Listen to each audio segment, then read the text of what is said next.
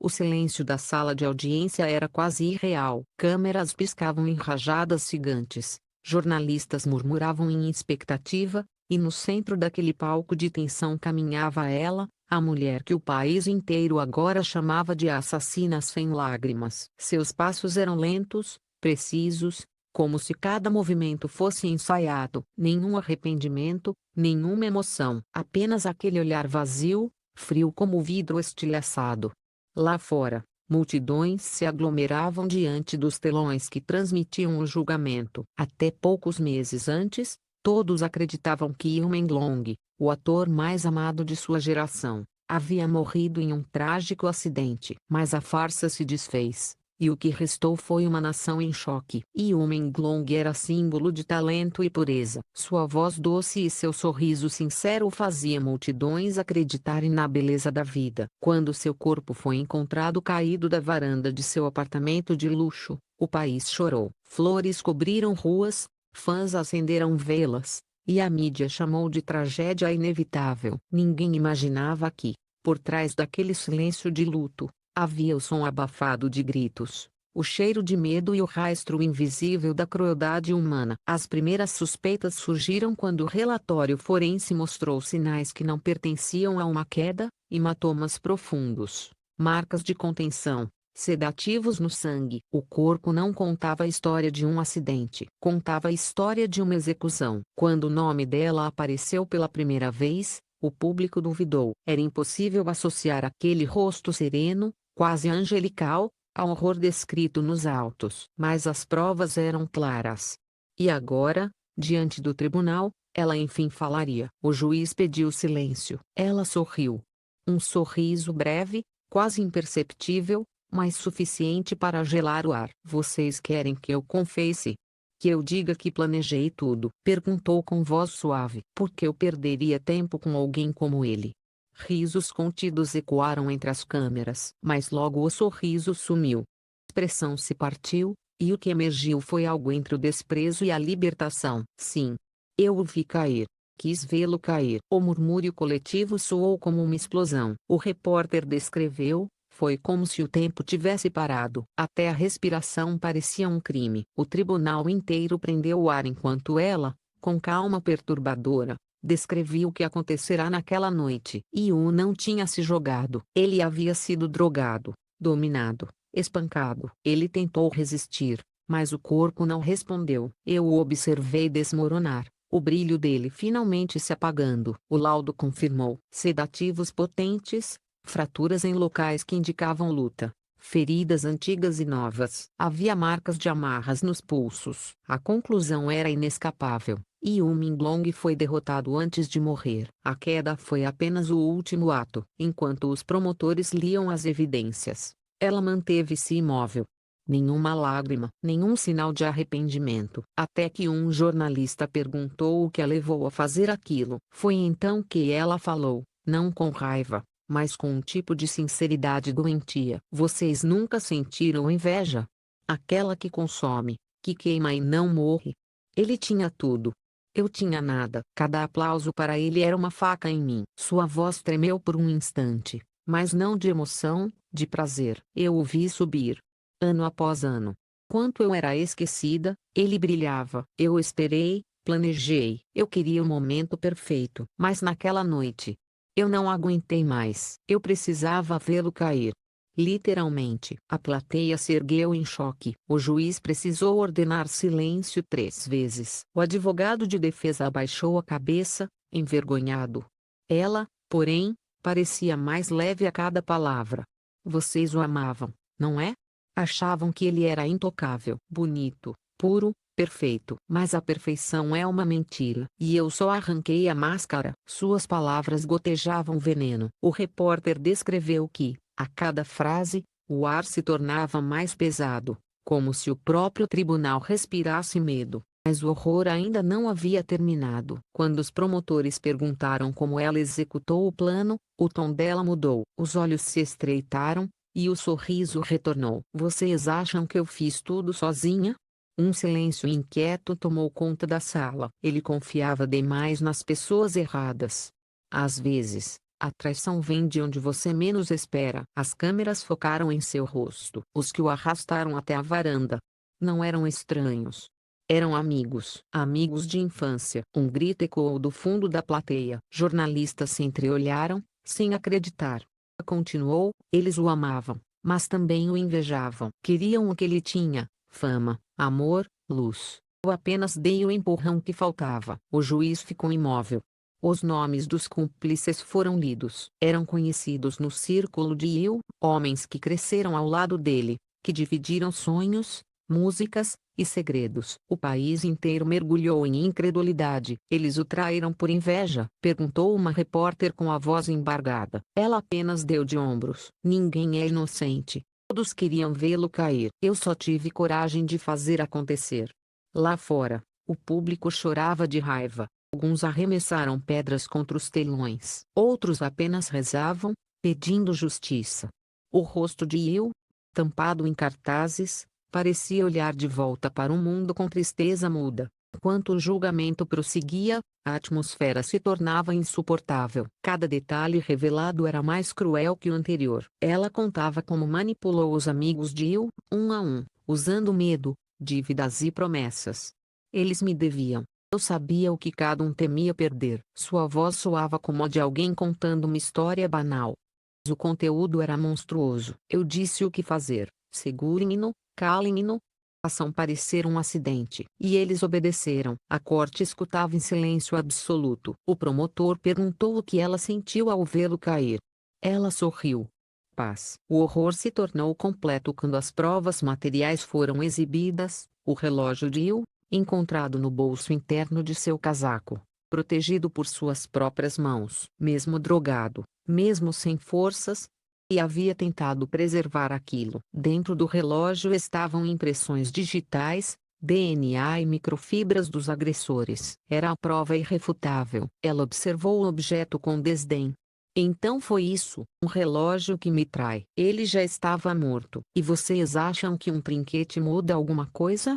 Mas os olhos dela vacilaram. O repórter descreveu, pela primeira vez, o gelo rachou. Do lado de fora, a chuva começou a cair, o asfalto coberto de flores murchas. As pessoas choravam, gritavam o nome de Ilmenglong e exigiam punição. O país inteiro parecia pulsar entre luto e raiva. Mas dentro do tribunal, a mulher permanecia imóvel, como se o caos lá fora não lhe dissesse respeito. Ela ergueu o rosto e murmurou algo que poucos ouviram, mas todos sentiram: vocês acham que termina comigo? Isso é só o começo. O repórter encerra a primeira parte de sua cobertura com uma frase que ecoaria por semanas. Naquela sala fria, não se julgava apenas um crime, mas a escuridão que habita onde o amor se transforma em inveja. O segundo dia do julgamento amanheceu sob um céu cinzento e pesado, como se o próprio ar tivesse sido contaminado pela tragédia. As ruas diante do tribunal estavam lotadas. Pessoas seguravam velas, cartazes com o rosto sorridente de Ilmenglong e faixas pedindo justiça. O nome dele ecoava em uníssono, como uma oração e uma acusação ao mesmo tempo. Dentro do prédio, câmeras se alinhavam, microfones tremiam nas mãos de repórteres que mal conseguiam disfarçar a tensão. E no centro de tudo, ela, a mulher cuja confissão havia paralisado um país, reapareceu, algemada, o mesmo sorriso indecifrável curvando-lhe os lábios. Os promotores retomaram a palavra, agora com um novo tom. O caso, que já havia se transformado em um espetáculo de horror, começava a adquirir contornos ainda mais sombrios. Havia algo nas entrelinhas da confissão que incomodava a todos. A sensação de que ela não estava sozinha. As câmeras captaram o olhar rápido que ela lançou a um canto da sala, como se procurasse alguém invisível. Arrepio percorreu a audiência. Quando o juiz pediu que ela esclarecesse quem a ajudara, a mulher inclinou a cabeça, brincando com as palavras como quem saboreia o medo alheio. Vocês acham que foi apenas inveja? Vocês acham que a queda dele foi só minha? Sua voz soou quase doce, mas cada sílaba cortava o ar. Nada disso teria sido possível se eu fosse apenas eu. O público prendeu o fôlego. Ela prosseguiu, com o olhar fixo no chão. Eles o arrastaram até a varanda, mas alguém os arrastou antes. cordas que puxam o monstro são invisíveis. Os promotores insistiram, pedindo nomes. Ela apenas riu. Vocês não entenderiam. Alguns monstros não deixam rastros, apenas ordens. As palavras ecoaram nas paredes do tribunal. O juiz tentou manter a compostura. Mas o peso do silêncio era insuportável. A ideia de que existia uma força ainda maior por trás daquela mulher começou a se espalhar como veneno. Quem seria tão poderoso a ponto de manipular a morte de uma estrela nacional? Enquanto isso, os investigadores apresentavam novas provas. As mensagens recuperadas do celular de um dos cúmplices mostravam transferências bancárias, conversas apagadas e um nome codificado, o Espelho. Ninguém sabia quem era. Quando o promotor mencionou esse nome, a mulher ergueu os olhos e sorriu pela primeira vez de verdade. Vocês encontraram o reflexo. Parabéns. Arrepio percorreu a sala. O juiz pediu explicação, mas ela apenas respondeu: o espelho mostra tudo, mas nunca é o culpado. Ora, a imprensa explodia com teorias. Alguns diziam que o espelho era um empresário do entretenimento, outros, um político influente. O povo não sabia mais o que era verdade. Tudo parecia parte de um drama coreano transformado em realidade, e ninguém conseguia desviar o olhar. Dentro do tribunal, o clima tornava-se cada vez mais irrespirável. A mulher, antes arrogante, agora exibia algo diferente, uma serenidade estranha, como se já soubesse o desfecho. Os promotores tentaram desmontar sua confiança com uma nova pergunta. Você tem consciência de que destruiu uma vida inocente? Ela fechou os olhos e respondeu, sussurrando, inocente? Ninguém é inocente quando o mundo decide quem deve brilhar e quem deve desaparecer. A resposta provocou murmúrios de horror. Ela prosseguiu, abrindo os olhos lentamente. Vocês o chamam de vítima porque amavam a imagem dele. A imagem é só o que o mundo permite ver. Ele também mentia, também escondia. Todos escondem. A promotoria reagiu, mostrando provas de que Ilming-Long jamais esteve envolvido em escândalos ou crimes. Mas a mulher riu, um riso seco e quebrado. Claro que não. Ele era perfeito. A perfeição é o disfarce mais cruel. O público reagiu com gritos de fúria. O juiz precisou ordenar silêncio, mas o caos já havia se instaurado. O repórter anotou em sua crônica: naquela manhã, não se via apenas justiça, via-se um país sangrando entre a necessidade de punir e o medo de descobrir mais. À tarde, o tribunal voltou a se encher. A tensão era quase física. O promotor principal, suando sob as luzes, revelou o relatório final: 6 cúmplices confirmados, 2 executores diretos, 4 responsáveis por apagar provas e manipular a cena do crime. Todos haviam recebido ordens diretas dela, mas havia um detalhe que ninguém esperava. Um dos cúmplices, antes de ser preso, havia deixado uma gravação de voz: ela não é a chefe. Ela é a mensagem. A revelação mudou tudo. O murmúrio tornou-se rugido. A mulher sorriu de novo, os olhos brilhando. Finalmente entenderam. Eu só disse o que alguém já queria ouvir. A frase era um enigma, uma ameaça e uma confissão ao mesmo tempo. O promotor gritou: Quen. Quem está por trás disso? Mas ela não respondeu. A câmera captou o momento em que uma lágrima, a primeira e única, escorreu por seu rosto. No dia seguinte, os jornais estampavam manchetes de terror. Rede de corrupção pode estar por trás da morte de Ilmeng-Long. A assassina fala em código. Quem é o espelho? O país inteiro mergulhou em paranoia. A polícia reabriu investigações antigas. Artistas começaram a abandonar contratos. Estúdios de cinema receberam ameaças anônimas. Era como se o assassinato de Il tivesse aberto uma ferida coletiva, uma onde verdade e mentira sangravam juntas. Na última sessão do julgamento, o silêncio voltou a dominar. A mulher foi trazida ao banco dos réus uma última vez. Quando o juiz lhe concedeu a palavra final, levantou o olhar e, com voz calma, disse: Vocês querem justiça. Mas a justiça é só a vingança com outro nome. Pausou, observando os rostos ao redor. Ilmeng-Long não morreu por minhas mãos. Morreu pelas mãos de todos que o transformaram em um ídolo impossível de ser. A promotoria protestou, mas era tarde. As palavras dela já haviam se espalhado. A sentença veio rápida. prisão perpétua. Nenhum pedido de clemência, nenhuma lágrima. Ela apenas olhou para o relógio exibido como prova e murmurou: ele ainda marca o tempo, não é?